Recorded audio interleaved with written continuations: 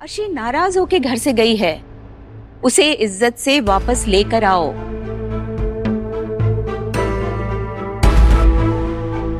बेटा, घर की बहू घर में नहीं है, ये अच्छा लगता है? हम समाज में क्या मुंह दिखाएंगे? अब अर्शी ही तुम्हारी जिंदगी में है, उस पर ध्यान दो।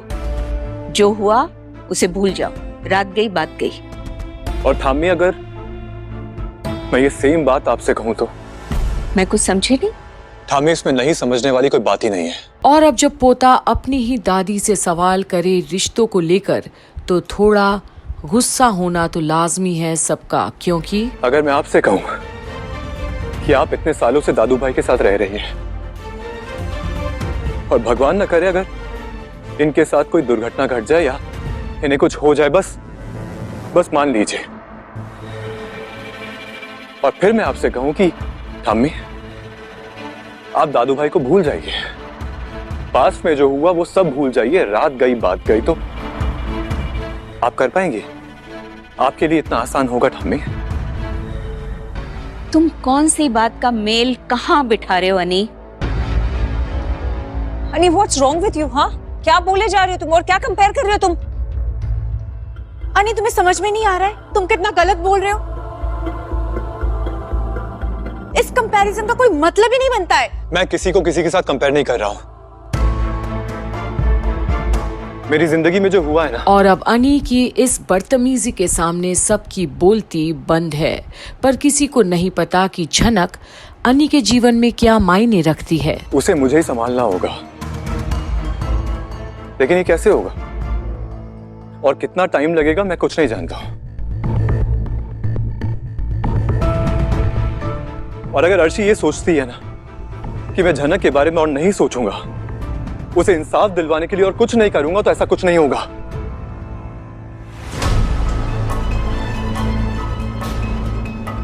मैं उसे इंसाफ जरूर दिलवाऊंगा। मैं अपने आप को कैसे संभाल रहा हूं ये मैं ही जानता हूं। अब एक नॉर्मल लाइफ, ये फैमिली लाइफ मैं नहीं जी सकता, पॉसिबल ही नहीं। और अब अनी की ये बात सुनकर और भी चौंक जाते हैं सब। इसका क्या मतलब कि क्या अनी सब कुछ त्याग देगा क्योंकि झनक नहीं है? ये कैसे संभव है? अनी, तू करना क्या चाहता है? पता नहीं दादा, बस मैं खुश रहने का ड्रामा नहीं कर सकता।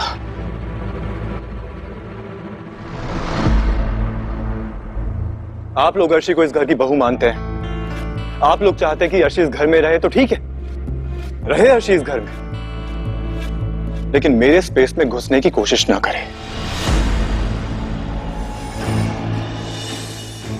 अब ये क्या है? दादा, बाकी सब समझ गए कि ये क्या है। आप अगर नहीं भी समझेंगे ना तो चलेगा। और अब इस तीखी बोल को सुनकर लाल की तो हवा ही निकल गई। सबके सामने उसकी औकात बता दी है अनी ने, पर बिपाशा कुछ बोले इससे पहले। दादू भाई। जी दादू भाई। मैं तो कुछ नहीं कर सकता, किसी के लिए भी कुछ नहीं कर सकता। झनक जहां पहुंच चुकी है वहां तो कोई भी उसके लिए कुछ नहीं कर सकता।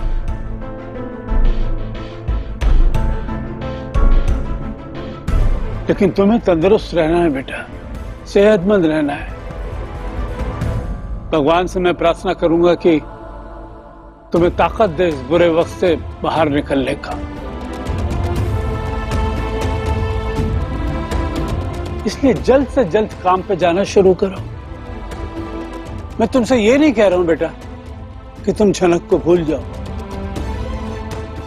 कैसे भुला सकते हो उसे जो तुम्हारे मन में बसा हो, जो दिल में बसा हो। और आज दादा पहली बार इतनी गहरी बात अपने पोते के सामने कह रहे हैं और सब मौन है।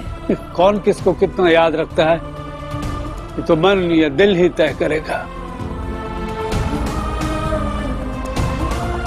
अफसोस सिर्फ इतना है कि वो बच्ची जिंदगी में बहुत कुछ कर सकती थी। बाबा, ये कैसी बातें कर रहे हैं आप? वो इंसान जो हमारे घर का नहीं है, हमारे परिवार का नहीं है, उसके बारे में बातें क्यों की जा रही है? वो एक बाहर वाली है, मेरा इकलौता बेटा है, इसे अपनी फिक्र नहीं है। ये तो अपना परिवार बर्बाद करना चाहता है। अरे माँ बाप होने के नाते हमें कितनी फिक्र है इसकी, कोई इसके बारे में नहीं सोचता। कोई गुजर चुका है, मैं समझती हूँ गलत हुआ है, लेकिन ननी इसका मतलब ये तो नहीं ना जो यहाँ पर है तुम उसे चोट पहुंचाओगे। पर अब शायद अनी दादा के अलावा तनुजा और शुभो की तो नहीं सुनने वाला। अब उसे तो उनकी बात ही बकवास सी लगती है। तो क्या अब अनी को अपनी माँ की बातें फिजूल की लगती है? और बाबा लॉयर होकर भी आज तक एक भी इंसाफ की बात नहीं कर पाए इस घर में, तो बिल्कुल भी नहीं, किसी के लिए भी नहीं। पर आज दादा को समझ आ गया कि उनके पोते का दिल का क्या हाल है। तो अब आगे भी बोस परिवार के बीच बैठी पंचायत में आखिर क्या फैसला लिया जाएगा झनक को लेकर, देखना ना भूलिएगा यहीं कंप्लीट बॉलीवुड की अपडेट्स में।